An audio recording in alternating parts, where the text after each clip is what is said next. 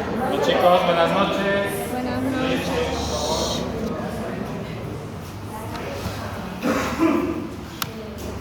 Vamos a continuar con las clases y ya habiendo estudiado lo que son las adaptaciones celulares y definiéndolas, ¿no?, como adaptaciones que son reversibles, ahora vamos a entrar a otro paso, ¿no?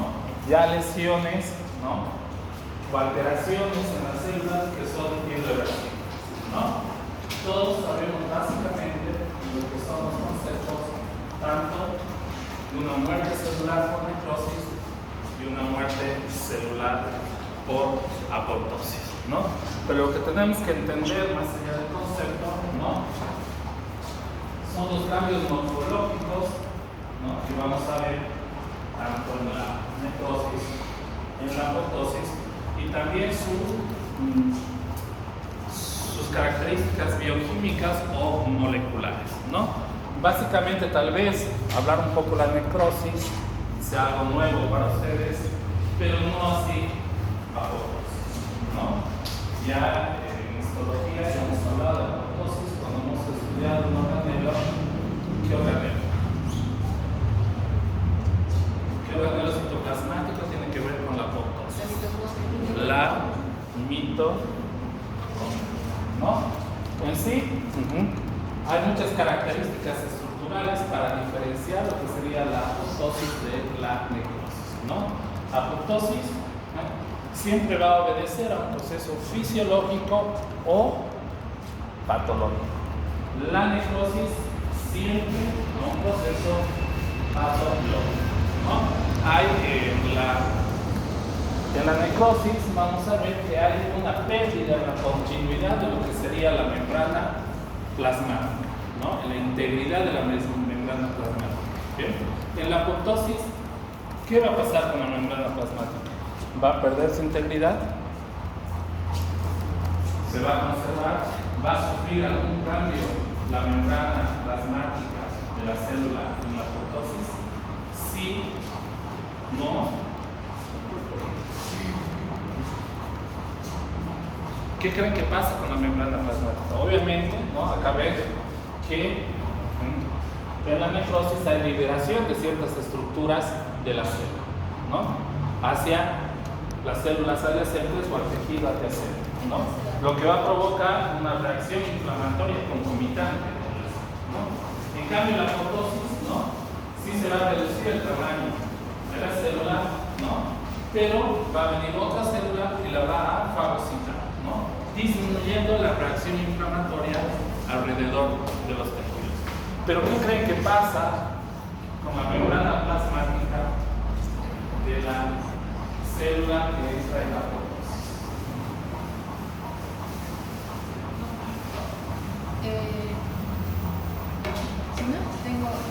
No recuerdo, la membrana plasmática se consume, se agrega y se liberan, digamos, En la apoptosis no se libera nada, ¿no? Porque si se liberaría cualquier cosa, habría un proceso inflamatorio, ¿no? Obviamente ustedes se acuerdan cómo está compuesta la membrana plasmática, ¿no? ¿A qué modelo obedece la composición de la membrana plasmática celular? La bicapa lipídica, ¿no? Tiene una parte externa que está en comunicación con el intersticio y otra, ¿no?, con lo que está ahí, con el interior de la célula, ¿no? Lo que pasa con la membrana plasmática en la apoptosis es que se pierde, ¿no? Prácticamente se da la vuelta, ¿no? Lo interno termina siendo externo, lo externo termina siendo interno, ¿no? Porque hay ciertos fosfolípidos, ¿no?, de la membrana plasmática en una célula apoptosis que son más fáciles reconocer por los macrófagos, ¿no? Entonces es más fácil el proceso de fagocitosis y se disminuye la reacción inflamatoria, ¿bien? Entonces, entre muchos cambios estructurales, ¿no? Siempre un proceso patológico o fisiológico, ¿no?, afecta al grupo de células o tejido adyacente. No hay afectación de las células adyacentes en la apoptosis, ¿no? La célula, ¿no?, disminuye, por así decirlo, ¿no? O se rompe la membrana plasmática, ¿no? En el otro lado sí puede haber una disminución del volumen de la célula, pero la membrana plasmática, ¿no? Aparte de vertirse, queda íntegra, ¿no? Es un proceso pasivo, lo definen algunos libros, y es un proceso activo la apoptosis, ¿no? Entre comillas, ¿no? Porque vamos a ver que a la necrosis acompaña toda una cascada inflamatoria y vamos a ver con el tiempo que no es tan pasivo estudiar, ¿no? Todos los mecanismos de la inflamación, ¿no? Y bueno, la disrupción o membrana plasmática intacta, ¿no? Entonces, les voy a dejar este cuadrito, ¿no? Ya, de aspectos fisiológicos, morfológicos y aspectos bioquímicos de la necrosis y de la apoptosis, ¿no? Y todas sus características, ¿no? Entonces, pero antes de entrar a hablar de lo que sería propiamente la necrosis y propiamente la apoptosis, tenemos que hablar de dos situaciones, ¿no? Que son como, por así decirlo, ¿no? Lo que van a preceder a lo que sería la necrosis, ¿no? Y esto es la tumefacción y el cambio graso, ¿no? Generalmente una célula, antes de entrar en necrosis, ¿no? Primero sufre alguno de estos dos cambios, no los dos cambios, alguno de estos dos cambios. ¿Qué cambios estoy hablando? La tumefacción y el cambio graso. ¿Qué gran característica tiene la tumefacción y el cambio graso? Que son procesos todavía reversibles para la célula, ¿no? Si persiste la noxa, persiste la irritación hacia la célula, estos procesos, ¿no? Se van a hacer irreversibles y conllevan a lo que sería la muerte celular o la necrosis. ¿Bien? ¿Qué características morfológicas tiene la tumefacción celular y qué características tiene el cambio graso, ¿no? La tumefacción celular, alteración del equilibrio, por así decirlo, hidroelectrolítico de lo que sería el interior de la célula, ¿no? Y el cambio graso, generalmente vinculado a lo que serían lesiones tóxicas, metabólicas o hipóxicas, ¿no? Que se caracteriza por la acumulación de lípidos en la membrana citoplasmática, ¿no? La tumefacción es un edema de la célula aumenta de tamaño, ¿no? Porque aumenta o porque hay una alteración en el equilibrio hídrico de la célula, ¿no? Entonces, esas serían sus principales características, ¿no? La tumefacción y el cambio graso tienen alteración de la membrana citoplasmática, vamos a encontrar cambios mitocondriales, la dilatación del retículo endoplásmico y alteraciones nucleares. ¿Bien? ¿Qué retículo endoplásmico se verá afectado? ¿Cuál es el retículo endoplásmico en nuestra célula que tiene que ver con los procesos de desintoxicación en nuestro organismo? ¿El rugoso o el liso? El rugoso tiene que ver con todo lo que significa nuestra síntesis de proteínas. Entonces es el liso. ¿Bien? Entonces, este es un ejemplo de lo que sería un parénquima hepático, ¿no? Estas celulitas acá redonditas que tienen su núcleo son los hepatocitos, ¿no? Pero fíjense que ya hay acumulación de material lipídico, ¿no? Entre lo que serían los dentro de algunos hepatocitos, ¿no? Es la acumulación de triglicéridos en el hepatocito, ¿no? Y acá mucho más marcado, ¿no? Ya no se reconoce ningún hepatocito sano y todos los hepatocitos tienen estos material lipídico, ¿no? Dentro de lo que sería el citoplasma de la célula, ¿no? ¿Será una tumefacción o será un cambio graso? ¿No? Entonces, ese es el mejor ejemplo porque esto es un hígado con esteatosis hepática, ¿no? Se ve sobre todo en personas que, si bien puede tener una enfermedad autoinmune, se ve sobre todo en personas que consumen mucho alcohol o muchos medicamentos, ¿no? Si la noxa, ¿no? O el agente irritante persiste, de esta esteatosis pasará, ¿no? A una cirrosis y ya se hace irreversible, ¿no? Acá tenemos el ejemplo de una tumefacción, ¿no? Perdón, la necrosis acá de grasa, ¿cierto? Sí. Ahí. Acá tenemos un vaso sanguíneo, ¿no? Grande, dilatado, ¿no? Y todas las estructuras inflamatorias, ¿no? Salen del vaso sanguíneo porque hay un cambio en la permeabilidad de la pared capilar y pasan al resto del tejido, produciendo un proceso inflamatorio, un desequilibrio hidroelectrólico en la célula, y si persiste la irritación, vendrá la necrosis. Lo mismo acá, ¿no? Eso es el ejemplo, ¿no? De un infarto de miocardio. Bien, entonces, ahí no hay depósito de nada en el citoplasma de la célula. Entonces, ¿será una tumefacción o será un cambio de grasa? Tumefacción.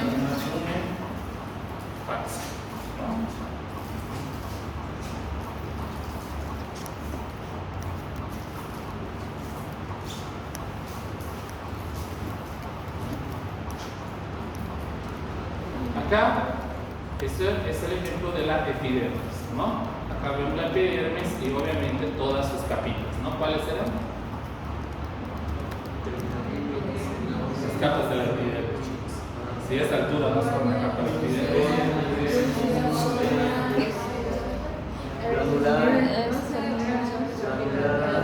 Germán Espinosa, Grado, pero fíjense cómo todas estas células inflamatorias se van metiendo dentro de la epidermis, ¿no? Y producen una separación de las células, de las uniones celulares. Hasta aquí se separan totalmente y acá también lo vemos. Entonces eso es una dermatitis espongiótica, ¿no? Una patología de la piel, ¿no? ¿Será un cambio gráfico o será una tumefacción? Si no,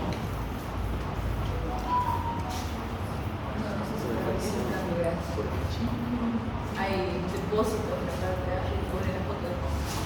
Bueno, sí, depósitos grasos. Son depósitos, sería un cambio graso porque tiene depósitos de serio.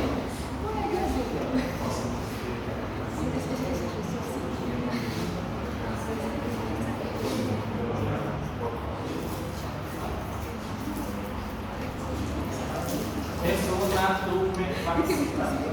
Bien, perfecto.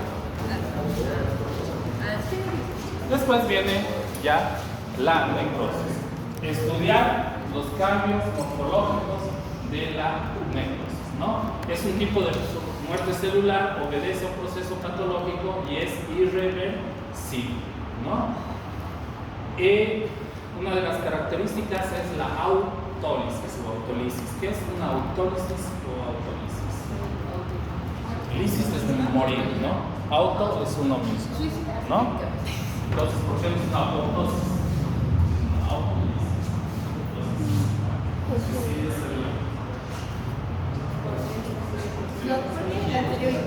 Porque la autólisis se define, ¿no? Por la degradación de la célula por las mismas sustancias nocivas que produce la célula, ¿no? ¿Cuáles son? Los lisosomas, ¿no? Los lisosomas, los mismos lisosomas de la célula destruyen esas células, ¿no? Su compañera no está convencida, ¿no? Acá veo un aumento de la permeabilidad capilar y las células inflamatorias entran en la epidermis y se separan las uniones celulares y las células se van, ¿no? Distanciando una de otras, como ves, ¿no? Y forman ampollas, vesículas y todo. Entonces, ¿cuáles son los cambios macroscópicos de la necrosis? ¿No? El tejido tiene un aspecto más pálido, ¿no? Es mucho más viable, ¿no? Despide un olor característico, ¿no? Y generalmente está acompañado de colonización de algunas bacterias, ¿bien? Eso entre, digamos, a grosso modo, lo que sería un cambio macroscópico, ¿no? ¿Claro? ¿Sí? ¿Bien? ¿Qué significa friable?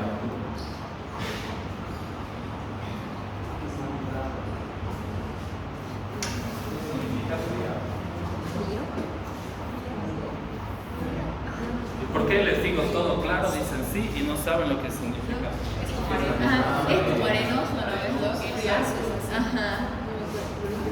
Se deshace. Por lo tocas, se deshace. Ajá. Es como arena. estriado, ¿no? Entonces acá fíjense, tengo todo lo que sería un borde del pulmón, ¿no? Todo lo que les está siguiendo la flechita, todo eso que es más marrón, por así decirlo, es un pulmón normal. Pero al medio tenemos esta área, ¿ven? Blanquecina, ¿no? Eso ya es un foco de necrosis, ¿no? O sea, tiene una significancia ya macroscópica la necrosis, ¿no?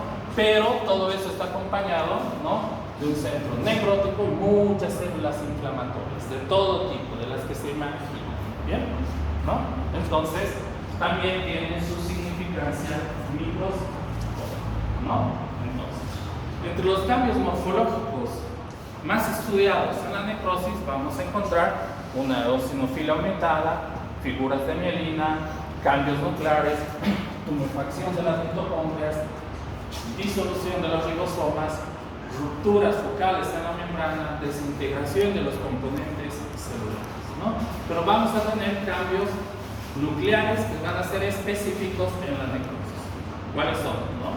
La pignosis, que es condensación de la cromatina, por ende el núcleo se hace más, ¿no? La cariolisis, se rompe la cromatina, ¿no? La cromatolisis, se rompen los cromosomas y le da un color característico al núcleo mucho más hiperpigmentado, mucho más oscuro, ¿no? Y la cariorexis es la fragmentación total, ¿no? La eosinofila aumentada es esto, ¿no? Que casi todo el campo microscópico va a tener este color, bien eosinófilo, si quieren, más rosadito, ¿no? Eso se refiere a su ¿no? Cariolisis, ¿no? Fíjense, se separa la cromatina, pero sigue dentro de lo que sería el núcleo, ¿no? La pignosis se hace más chiquito el núcleo y la cariorexis, el núcleo se fragmenta, ¿no? Esas serían las características, ¿no? Acá, en un extendido citológico, la cariolisis de un leucocito polimorfo nuclear, ¿no? Y fíjense cómo este núcleo se rompe o se parte en múltiples fragmentos, ¿no?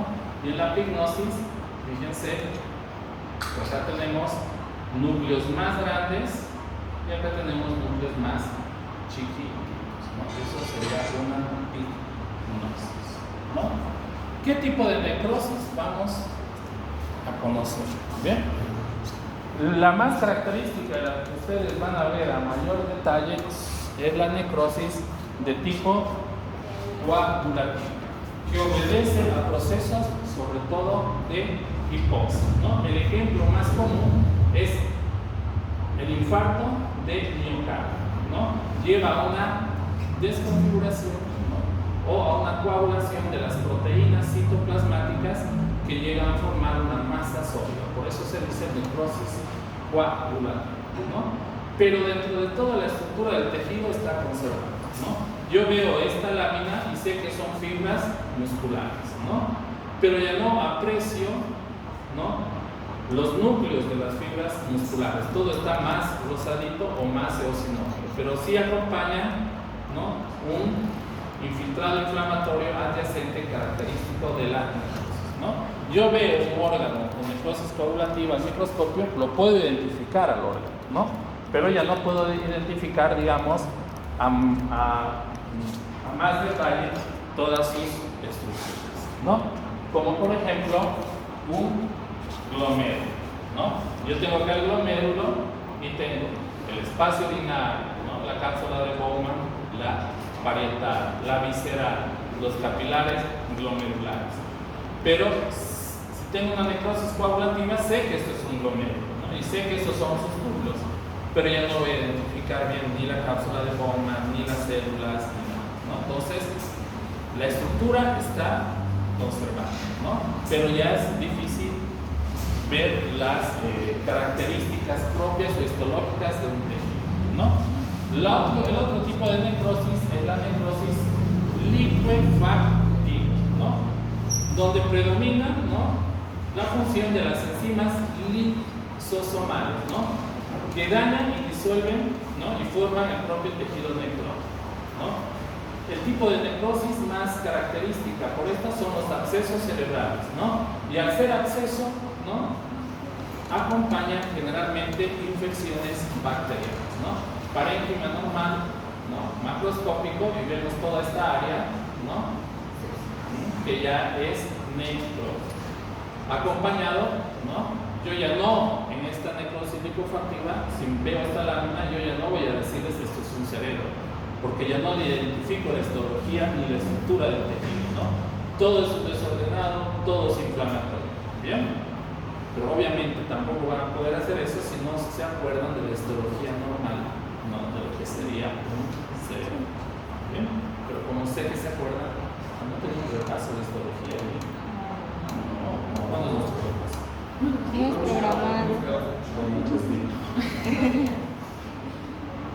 Necrosis gaseosa, ¿no?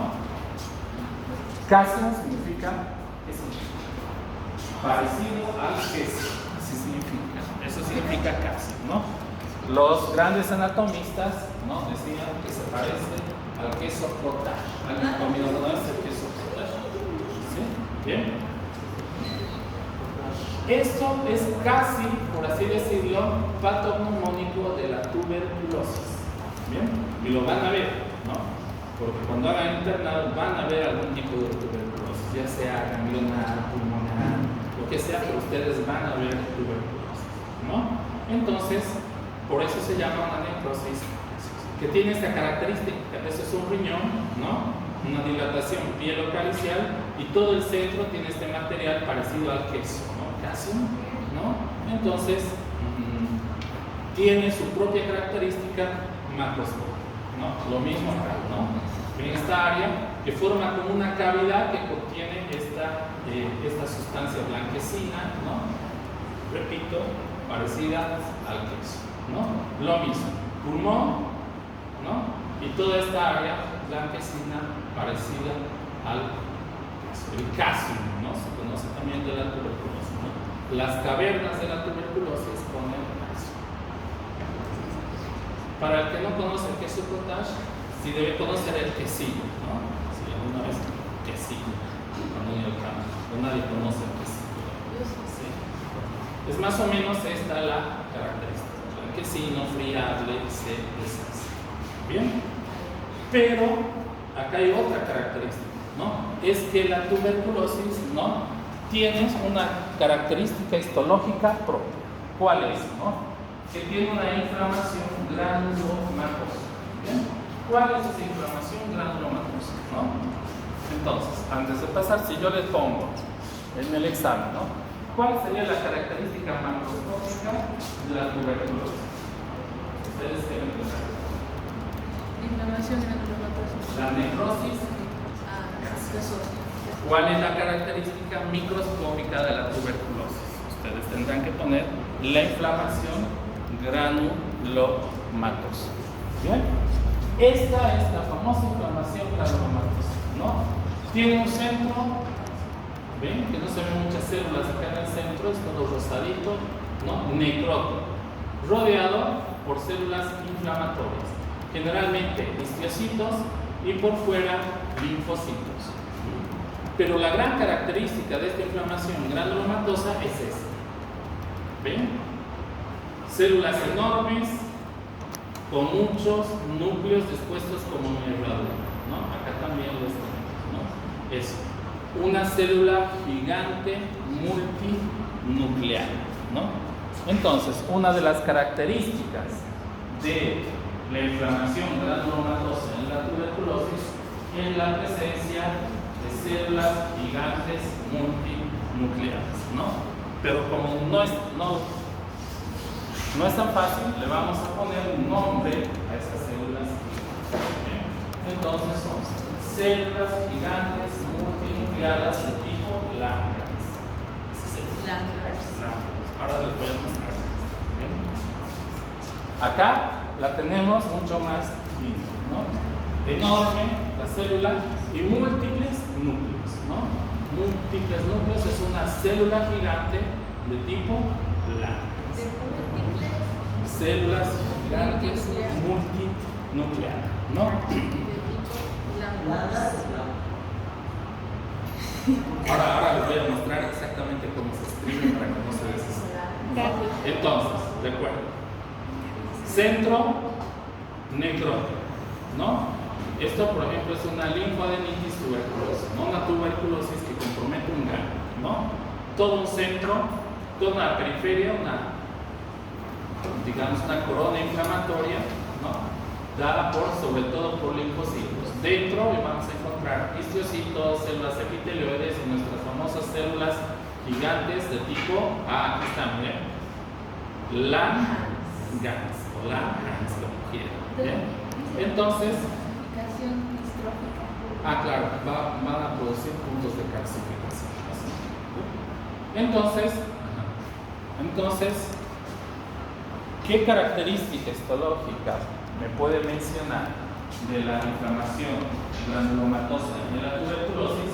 Ustedes tendrán que poner la presencia de células gigantes multinucleadas de tipo Langhans, ¿no? Si me ponen células gigantes, células multinucleadas, no vale. Células gigantes multinucleadas de tipo Langhans. ¿Bien? ¿Por qué? Les insisto en que pongan ese nombre.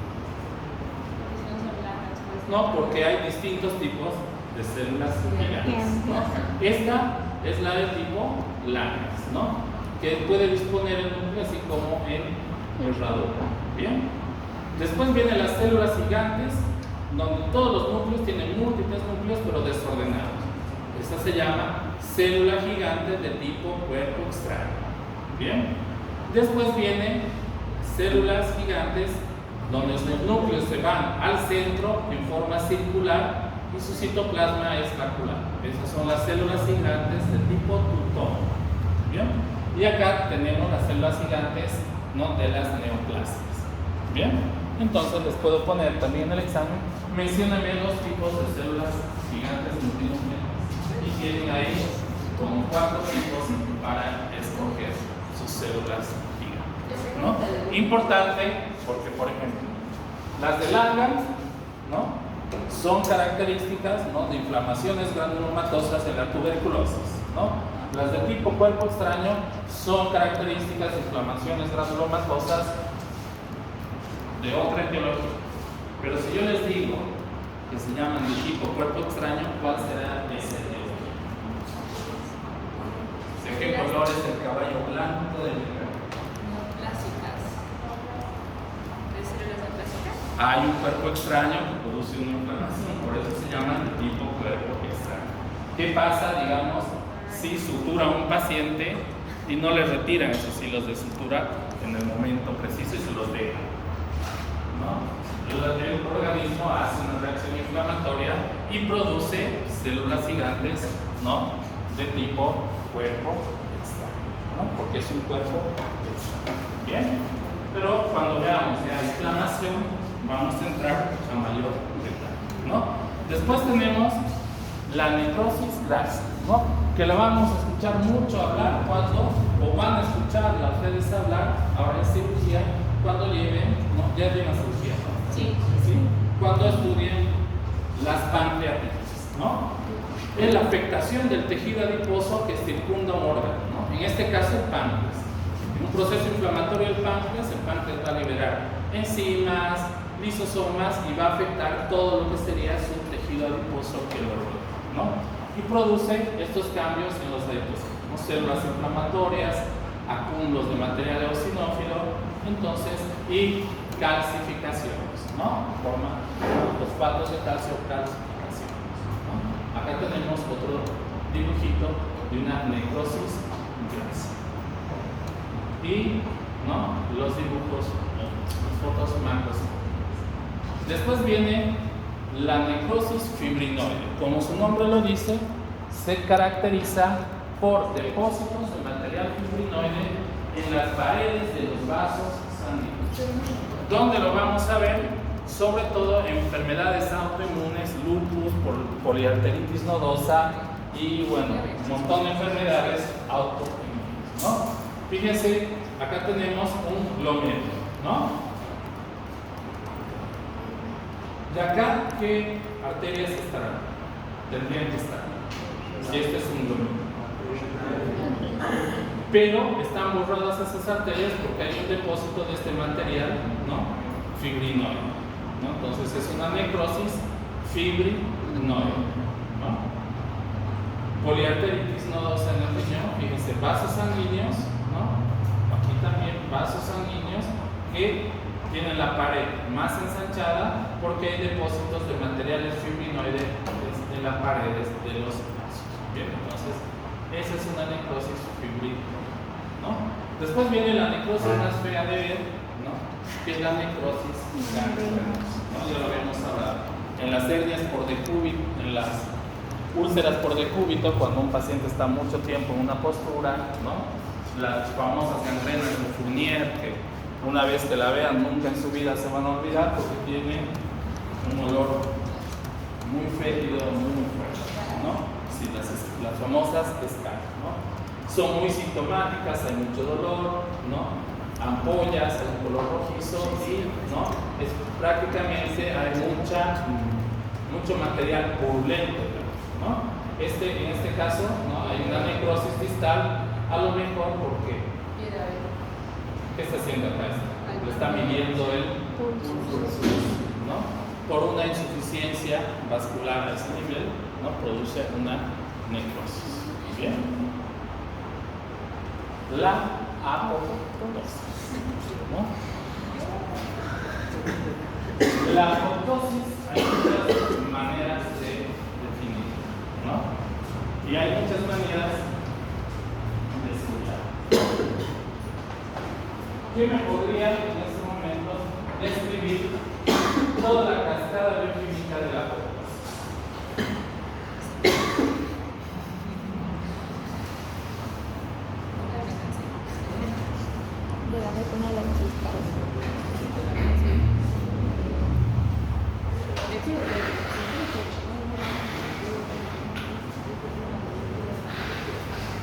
¿Qué más o menos cascada bioquímica? ¿Y para qué nos sirve la apoptosis? ¿Por qué sería importante? Está más facilito. Desarrollo embrionario, tiene que haber un proceso apoptótico que controle ese desarrollo embrionario, ¿no? Mantenimiento de los tejidos, tiene que haber, ¿no? Mantener nuestro sistema inmunitario, pues no podemos poner células inmunitarias como locos, ¿no? ¿Bien? Y prevención, actualmente la prevención del cáncer, ¿no? Entonces, bien, podría explicar la cascada bioquímica de la apoptosis.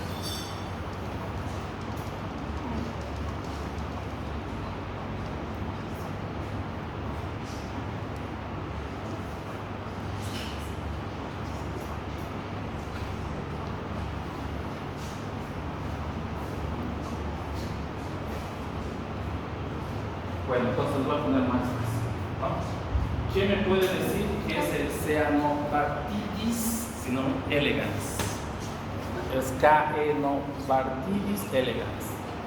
Discúlpenme si no lo nombro bien, ustedes saben mucho mejor que yo porque en el pasado han llegado parásitos. ¿Qué? No puedo ser parasitito. Yo soy ignorante. Sí, de ese no Ah, el de parasitología, se han hecho el chat el año pasado.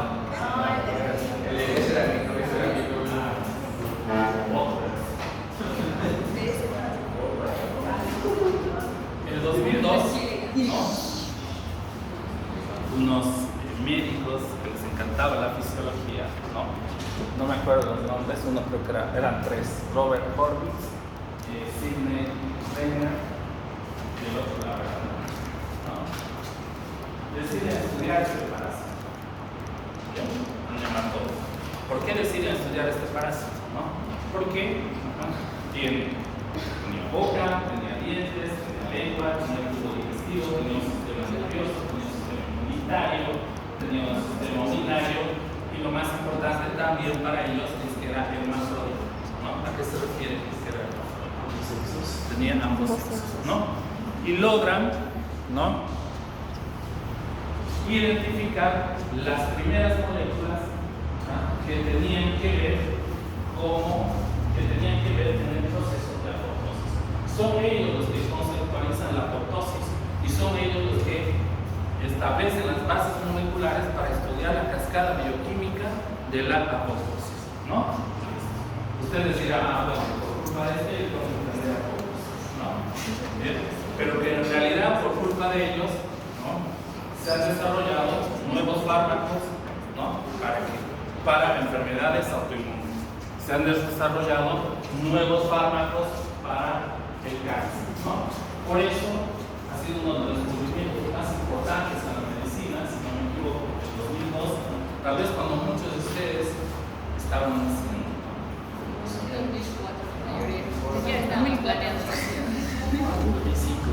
Y se hacen acreedores al premio Nobel de Fisiología y de Medicina, ¿no? Que dicho sea, al terminar la clase, se los voy a pasar a la representante del curso el artículo que ellos mandaron, ¿no? Creo que es un resumen, no está completo, si lo consiguen completo mejor, para que obviamente lleguen a sus casas tranquilos, sin correr, ¿no? Lleguen con su cafecito y después seguro lo van a querer, ¿no? No se queden hasta tarde, descansen. Bien, entonces, obvio que también en una noche muy virtual se me puede ocurrir sacar una pregunta para el examen de ese.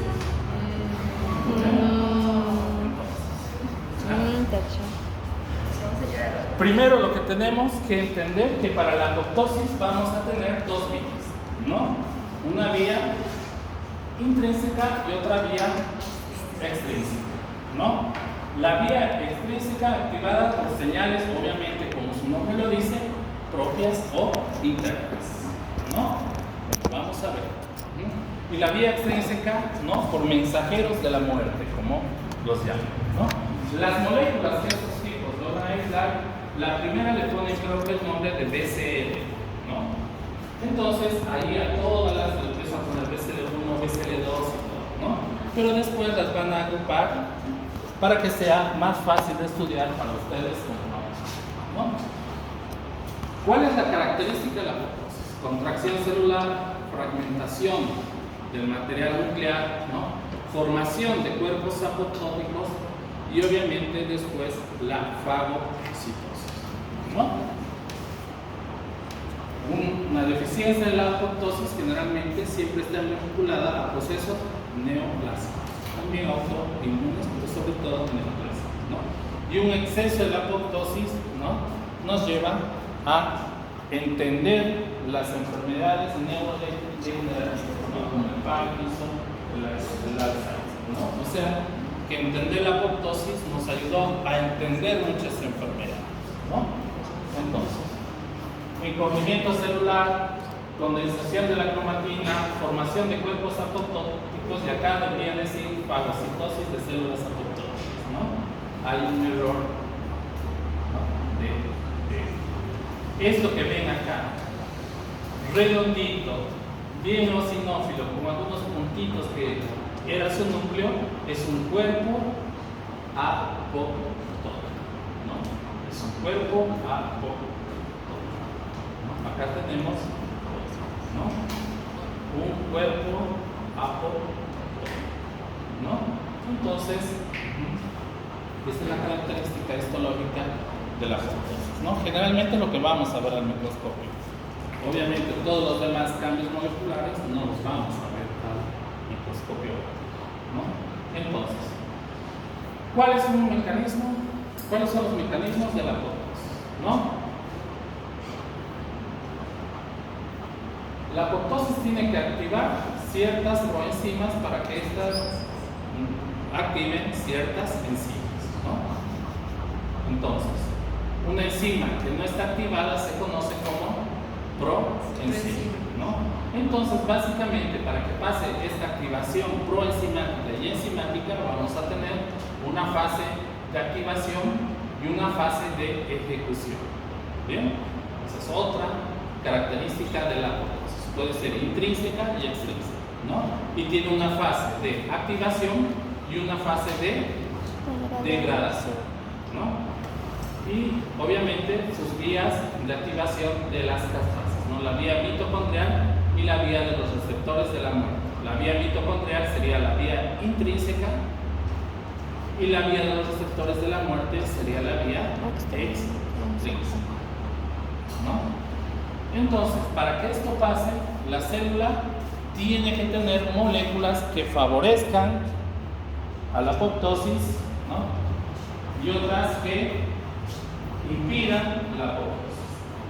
Pero a la vez tienen que tener otras moléculas que sirvan para regular, ¿no? ¿Y lo que les digo? Como un partido de fútbol, para que entiendan eso. Si no, no. ¿No? ¿Gusta leer el partido? De boca. Esas felicidades. Es como un partido de fútbol, ¿no? 11 de un lado y 11 del otro. Uno tiene que ganar, ¿no? Pero no se pueden matar a patadas. Tienen que haber un árbitro, ¿no? Entonces, un equipo son apoptóticos y los otros son antiapoptóticos, ¿no? Y el que regula quién va a ganar eso es la molécula regulada. ¿Bien? Entonces, cuando la célula necesita entrar en apoptosis, entonces ganarán ¿quiénes? Los apoptóticos. Cuando la célula no necesita entrar en apoptosis, ganarán los antiapoptóticos, ¿no? ¿Se entendió? ¿No? Entonces, ¿no? Obviamente, la parte complicadita sería aprenderse sus nombrecitos, ¿no? La antiapoptósicas también, ¿no? Los famosos BCL, ¿no? El BCL2, el BCLX, el MSL1, ¿no? Y las proapoptóticas, el VAX y el PAC, ¿no? Son muchísimas más, ¿no? Muchísimas más, yo solo les estoy hablando de las más conocidas, ¿no? Las antiapoptóticas van a mantener la permeabilidad celular, evitando que el componente que va a comandar la apoptosis, que es el citocromo C, salga de dónde?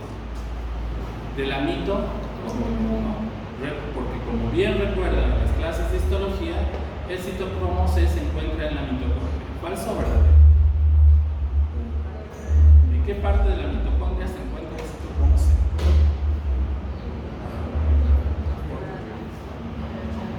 En el espacio intermembranal. ¿Y para qué más sirve el citocromo C aparte de la apoptosis? ¿No? Actúa en la cadena de transporte de electrones en la respiración celular, ¿no? Entonces, las proapoptósicas van a favorecer, ¿no?, que aumente la permeabilidad de la membrana mitocondrial para que se cree un poro o un canal por donde el citocromo C pueda salir, ¿no? Y una vez que sale el citocromo C, ¿no?, estamos en la fase inicial de lo que sería la apoptosis, ¿no? Y obviamente las sensoras, también conocidas, como les había dicho, como reguladoras, ¿no? La Bambin, la Puma, la Noxa, ¿no? Un montón de proteínas que obviamente con el tiempo van a ir aprendiendo, pues se los va a ir quedando grabados, ¿no? Son proteínas BH3, funcionan como sensoras de estrés, ¿no? Según las características moleculares, porque se acuerdan que el año pasado, cuando llevamos proteínas, las proteínas pueden ser primarias, secundarias, terciarias, cuaternarias, ¿no? También hay una subclasificación en BH1, BH2 y BH3, ¿bien? Pero no les voy a complicar la noche porque dice ya se está aburriendo, ¿no? Entonces,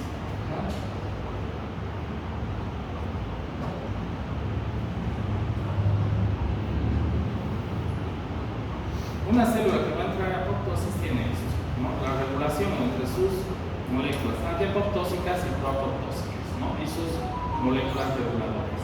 Básicamente, ¿de qué trata la vía intrínseca? ¿No? Es que las moléculas proapoptósicas logran la permeabilidad en la membrana mitocondrial, hacen que el citocromo C salga de la célula, ¿no? Y con eso se activa la apoptosis. Esta sería la vía que intrínseca, ¿no? Porque pasa todo, ¿no? Depende de una estructura que está dentro de la célula, en este caso la mitocondria, y mucho más adentro el citocromo C. ¿Bien? ¿Qué pasa con la vía extrínseca? ¿No? Básicamente, la vía extrínseca la célula tiene receptores, conocidos como los receptores de muerte, ¿no? ¿Qué receptores están en la periferia de la célula? Los más conocidos son el TNF1, que significa factor de necrosis tumoral, y el FAS-CD95. ¿Bien? Entonces, una vez que llega, ¿no?, la señal y se activan estos receptores de la muerte, ingresan dentro de lo que sería la célula, ¿bien? Y esa es la fase de activación de lo que sería la vía extrínseca, ¿no? Y después, ¿no?, viene la fase de ejecución. ¿Qué pasa en la vía intrínseca? Ya salió el citocromo C, ¿no? Ya está afuera. Entonces va a activar primero las procaspasas, ¿no? Y estas procaspasas van a evolucionar y se van a convertir en caspasas, ¿no? Y estas caspasas van a ser las que van a provocar primero, ¿no?, alteración en el citoesqueleto de la célula, y después en el núcleo, y se va a producir la apoptosis. Y después viene un macrófago y la fagocita, ¿no? Eso en la vía intrínseca. En la vía intrínseca ya tenemos los receptores de la muerte activados dentro de la célula, ¿no? El TNF1 y el FAS. Esos receptores de la muerte van a activar lo mismo, ¿no?, las procaspasas, las caspasas, y después, ¿no?, alteración en el citoesqueleto de la célula y en el núcleo, ¿no?, y viene el macrófago y célula, ¿no? Así de facilito y sencillo, ¿o no? ¿Sí? Vía intrínseca, ¿no? Una vez que sale, mira, me está olvidando muy importante, ¿no? Como yo creo que ustedes ya saben, y es un repaso de cosas que obviamente me voy a olvidar, ¿no? Y como ya saben los que hacen mis alumnos, cuando yo dibujo, apelo mucho a su imaginación. Esta es una mitocondria, ¿bien? Membrana mitocondrial externa, membrana mitocondrial interna, ¿bien? Los pizarrones, ¿bien? ¿Dónde está el citocromo C? ¿Bien? Ganan las moléculas proapoptósicas, ¿no?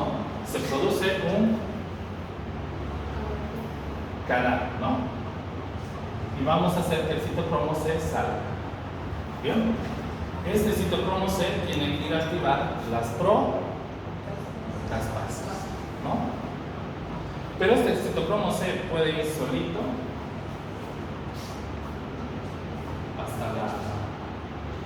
puede ir solo hasta la activación de las procaspasas, ¿sí o no? No, necesita de proteínas transportadoras, una serie de proteínas transportadoras. Una vez que sale el citocromo C, estas proteínas se van a unir, ¿no? Y una vez que estas proteínas transportadoras se van a unir al citocromo C, se va a formar una estructura conocida como apoptosoma, ¿bien? El apoptosoma sí va a poder llegar, ¿no?, a las procaspasas para activarlas y se vuelvan en caspasas, ¿bien? Entonces, esa sería la vía intrínseca en lo que sería la apoptosis. Pero recuerden que aquí dando vueltas estaban las proteínas reguladoras, ¿no? ¿Y qué más? Las anti-apoptóticas, ¿no? Entonces, para que se dé esto, yo tengo que anular estas dos proteínas, ¿no? ¿Cómo se anulan esas proteínas? También en el espacio mitocondrial, ¿no?, hay otra molécula que sale de este espacio mitocondrial solo para desactivar a estas dos proteínas y pueda llevarse a cabo el proceso de apoptosis. ¿Qué se llama esa proteína? Que es una proteína muy conocida.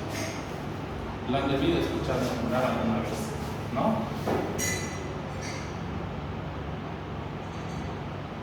¿No has escuchado nombrar? La SMAC. Si yo digo que se llama SMAC y le pongo unos cuerditos, ¿qué nombre le pondría?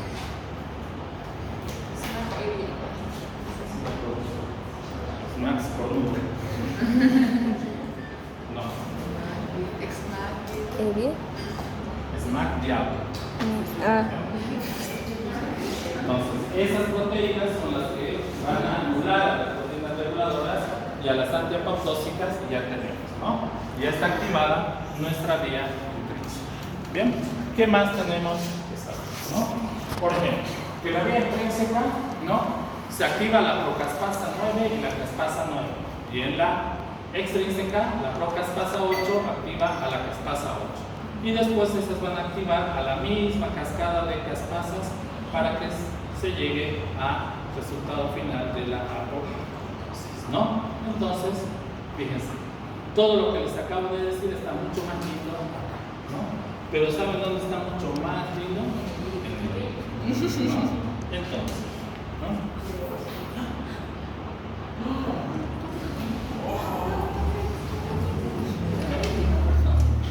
Entonces, ¿alguna duda o aclaración? O mejor aún, alguna acotación que quieran hacer sobre apoptosis, necrosis? Hablen ahora, callen, hasta el examen. ay.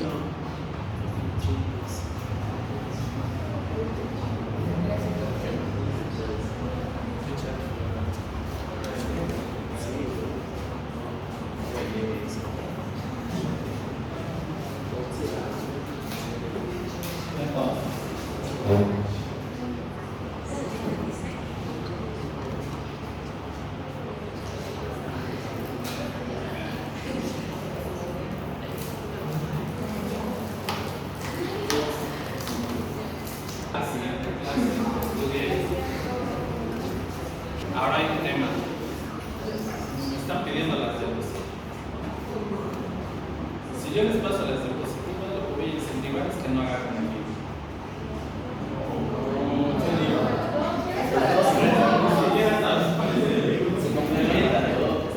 Creo que también a veces están unas partes que no se tienen el libro porque el libro da mucha vuelta. Y ponen Entonces hemos quedado en todos los docentes que lo que tenemos que hacer es incentivar a la lectura, ¿no? Que no se vayan a los resúmenes. En las diapositivas. pero es para entender mejor. Entonces, para ser más equitativos, les voy a pasar las diapositivas un día antes de la próxima semana les paso las diapositivas. ¿Cuál es? Sí se lo merece. ¿Cuál es el libro?